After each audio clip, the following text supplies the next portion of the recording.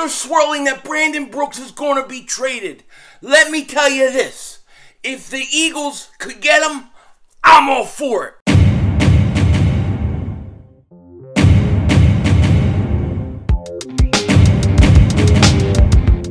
Dallas still stinks. You're by the way, King Dingbat here, and I hope everybody's having a great day. Hope you guys are doing well. So, you know, a lot of people have been saying to me, yo, Philly 500.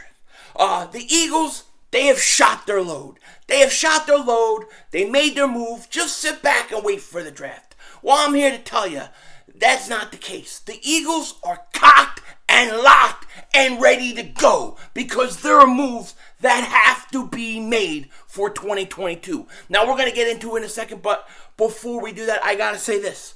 If you're new to the channel, if you like NFL news, if you like Eagles stuff daily, make sure you subscribe, you like, you don't want to miss it. This is draft month.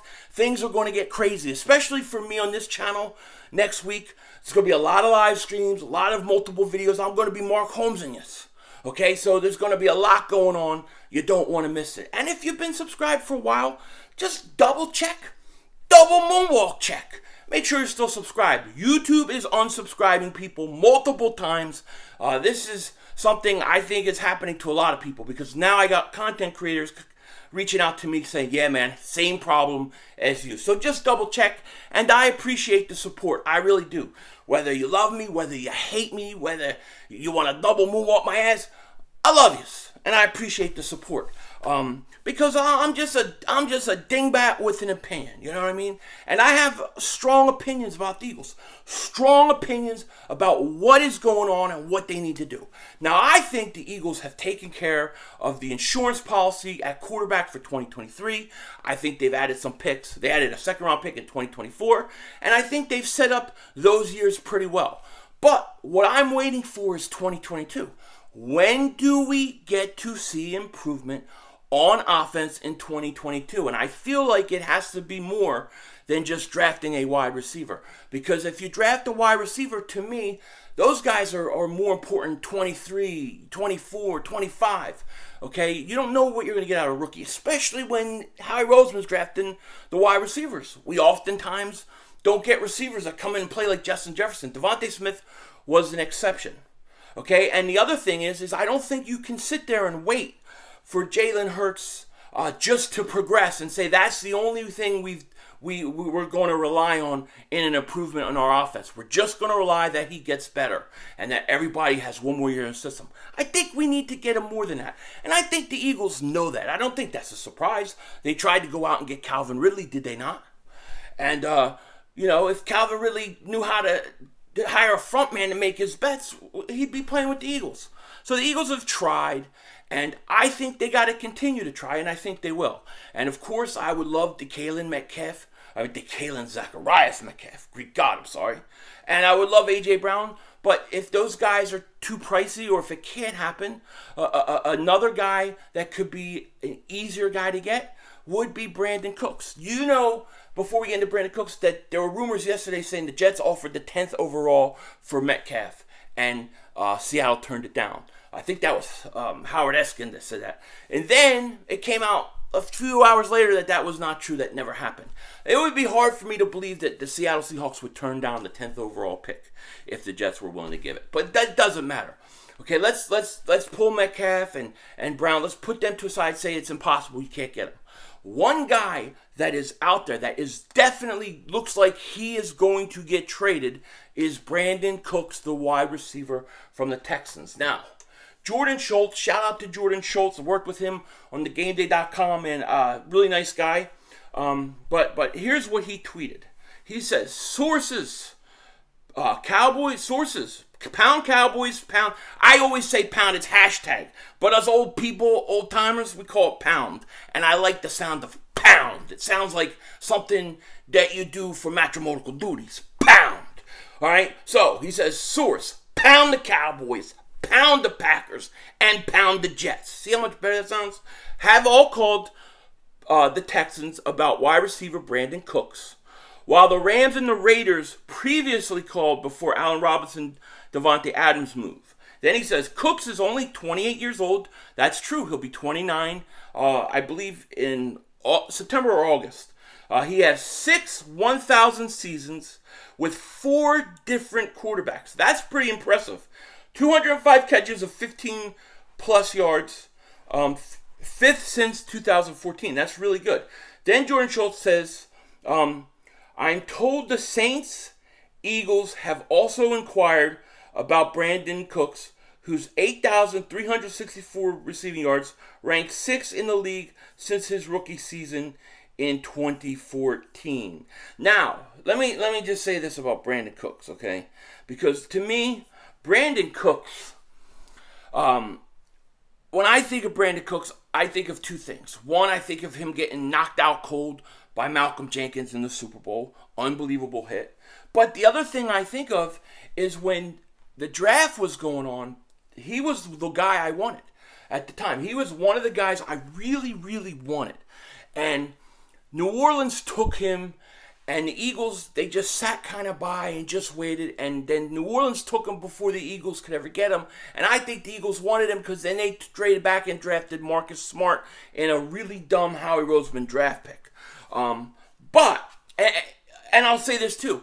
A lot of people say to me all the time, hey man, let's just sit back and see what happens in the draft, see what comes our way. The Brandin Cooks, that I think it was a 2014 draft, that is one of the drafts I always go to when I combat that argument. Because to me, waiting and allowing teams in front of you to dictate who you draft when you know who you need and want is to me foolish. If you can go up, okay? Brandin Cooks, 5'10", 183 pounds, born September 25th. He's 28, be 29 next year.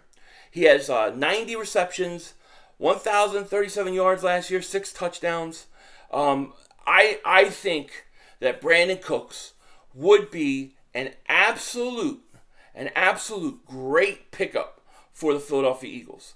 I really do. If they could trade for him, I think it would be a fantastic pickup. Now, he's slated, I think he's going to make like $12.5 million this upcoming year. So the Eagles, they'd have to be able to adjust his contract. But by the sounds of it, a lot of these teams would have to adjust his contract. So, you know, if you could get him for a couple years, I think that would be a great piece opposite of Devontae Smith. I actually like Brandin Cooks more than I like the idea of Devontae Parker.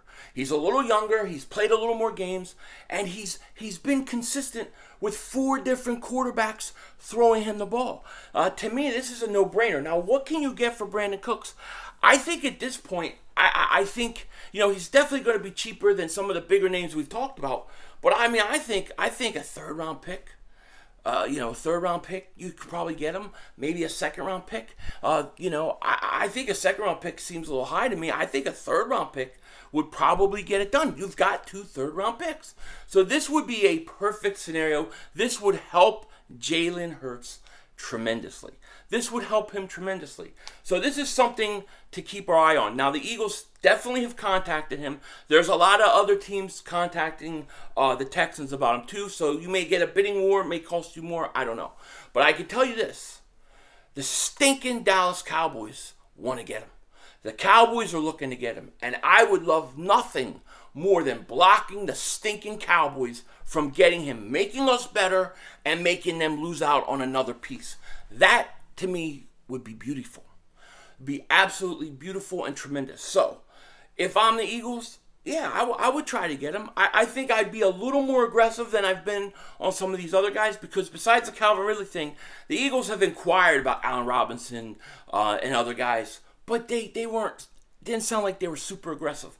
I hope that they go out and they try to make a move for this guy. I think it's reasonable, probably compensation. If you can fix his contract, I think it would be a perfect situation for the Eagles. And we know that they've liked him before because they were high on him coming out of the draft. So I think this would be a really good idea. And let's hope that they do it.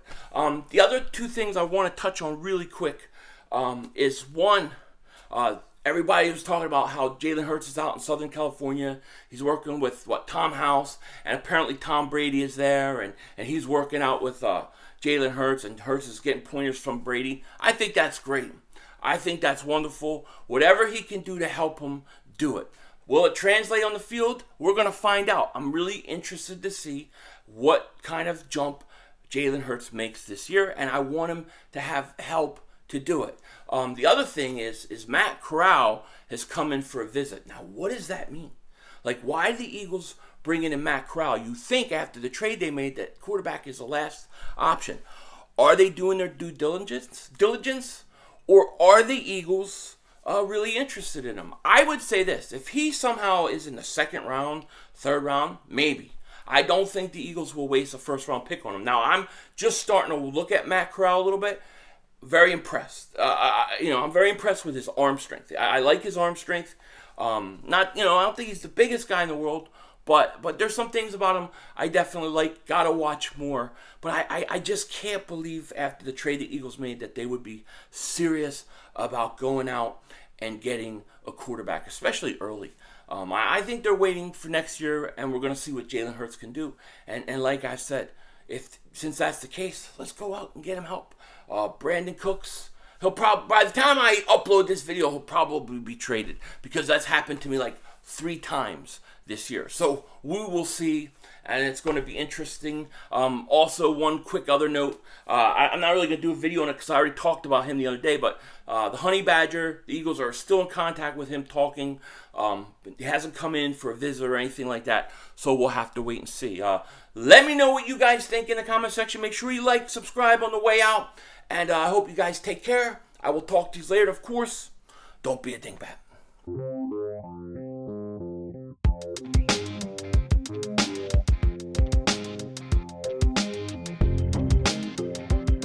Alright, so as you guys know, I've been doing trying to diet and do the keto thing I've been doing it for over a month, pretty good, right?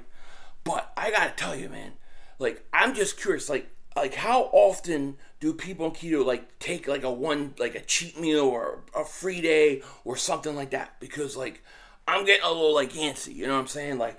I feel like I almost need a little break. But I don't know if that's just me being a weak ass, fat ass man, weak-minded fat ass man, or is it natural that after a month or something you need one day to kind of get mentally clear? So if anybody has that answer, let me know. With that said, Denzel Washington.